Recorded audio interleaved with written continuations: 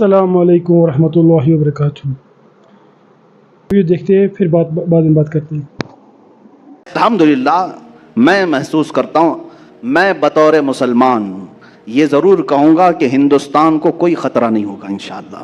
ہم زندہ ہیں، ہم اس ملک کی حفاظت ضرور کریں گے۔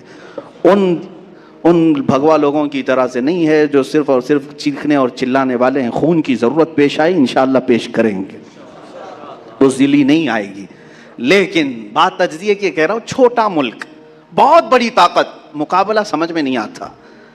اور خود اکیلا بھی نہیں، نیٹو فوجیں پوری لے کر تقریباً 40 کنٹریز کی فوجیں لے کر کے اتر رہے ہیں۔ مارا بھی، توڑا بھی، ختم بھی کیا۔ 20 سال کے بعد حاصل کیا ہوا پتہ نہیں چل رہا ابھی تک۔ بھائی دوسری جنگیں پیٹرول چرانے کے لیے، تیل چرانے کے لیے ہوئی، یہاں کیا چرانے کے لیے آئے تھے؟ کبھی آپ نے سوچا یہاں کیا چرانے آئے تھے؟ عراق میں تو سمجھ میں آتا ہے کہ زبردستی نافذ کر کے وہاں سے پورا تیل چرا کے لے گئے، دوسری جگہوں پر اپنی قوت جمانی۔ یہاں کیا تھا تمہارا؟ کیا تکلیف کیا تھی؟ میں آپ کو راز بتاتا ہوں۔ وہ بہت بڑا سپر پاور، وہ بہت بڑی طاقت، اور ایک بہت چھوٹا سا ملک، تکلیف کس بات کی؟ بہانہ تو بنایا تھا القاعدہ کا، خیر ٹھیک ہے۔ اچھا ایک بات یہ بھی آپ کو میں بتاؤں، تاریخ میں پیچھے جائیے تھوڑے 6-7 سال پہلے، بلکہ یہ جنگ شروع ہوئی 2001 میں، کس بات پر؟ کہ ابن لادن کو ہمارے حوالے کرو۔ انہوں نے منع کیا، یہی ایک وجہ تھی جنگ کی، بن لادن کو ہمارے حوالے کرو، ہمارے حوالے کرو۔ امریکہ اتر پڑا، مارا۔ 14 سال کے بعد پتہ چلتا ہے کہ وہ تو پاکستان میں تھا۔ کہاں مارا گیا بن لادن؟ ان کی رپورٹ کے مطابق، مجھے نہیں معلوم کہاں مارا گیا، پاکستان میں مارا گیا۔ تو پھر افغانستان میں کس کے لیے لڑ رہے تھے؟ اگر وہ وہاں بیٹھا تھا تو افغانستان میں کیوں لڑے؟ مر گیا بن لادن تو پھر 6 سال تک کیوں بیٹھے رہے؟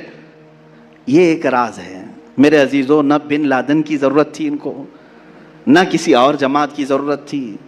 میں جو محسوس کرتا ہوں وہ صرف یہ ہے کہ وہ بشارت مصطفیٰ تھی۔ میرے آقا صلی اللہ تعالیٰ علیہ وسلم کی ایک حدیث ہے، ہو سکتا ہے مسلمان زیادہ پڑھتے نہیں لیکن دوسروں کی پوری نظر ہے۔ حضور پاک صلی اللہ علیہ وسلم نے فرمایا قیامت کے قریب خراسان سے ایک جماعت نکلے گی۔ یہ حدیث پاک، خراسان سے ایک جماعت نکلے گی اور وہ جھنڈے لہراتے ہوئے آئے گی، سیدھے بیت المقدس پر گاڑ دے گی۔ یہ حدیث ہے، یہ وہ سننا نہیں چاہیں گے، میں پھر سے پڑھتا ہوں حدیث۔ حضور پاک صلی اللہ علیہ وسلم نے فرمایا خراسان سے ایک جماعت نکلے گی اور وہ جھنڈے لہراتے ہوئے بیت المقدس، ایلیا لفظ آیا حدیث میں، وہاں جا کر گاڑ دے گی۔ میرے آقا نے اس کے ساتھ یہ لفظ بھی فرمایا دنیا کی ساری طاقتیں ان کا راستہ نہیں روک سکیں گی۔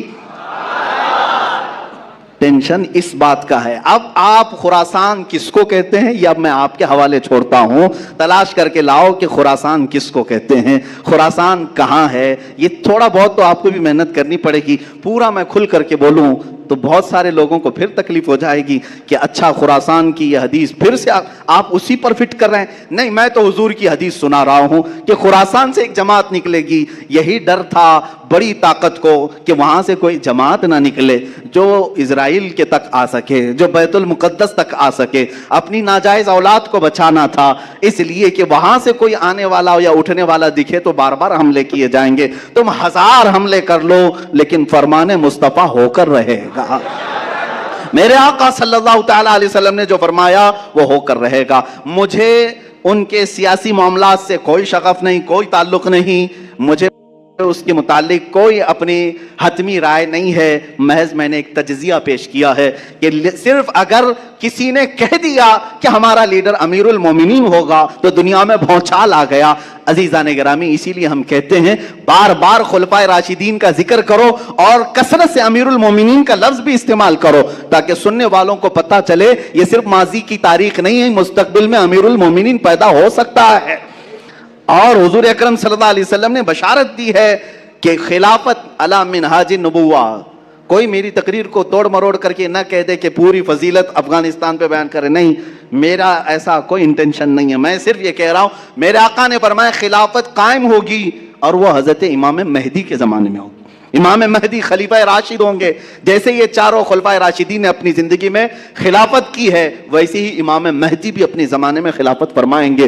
اللہ ہمیں وہ زمانہ بھی قریب نظر دکھا دے اور ہمیں حضرت امام مہدی کی فوج میں شامل فرمائے. یہ ہماری بڑی تمنا ہے. اللہ تعالیٰ عروج اسلام ہمیں عطا فرمائے اور عروج اہل سنت ہمیں عطا کرے. عزیزان گرامی، بات ہماری دیگر طرف نہ نکل جائے. حضرت عثمان غنی رضی اللہ تعالیٰ عنہ، حضرت علی کرم اللہ وجہہ الکریم کی بارگاہ میں ہم مختصر خراج عقیدت ضرور پیش کریں.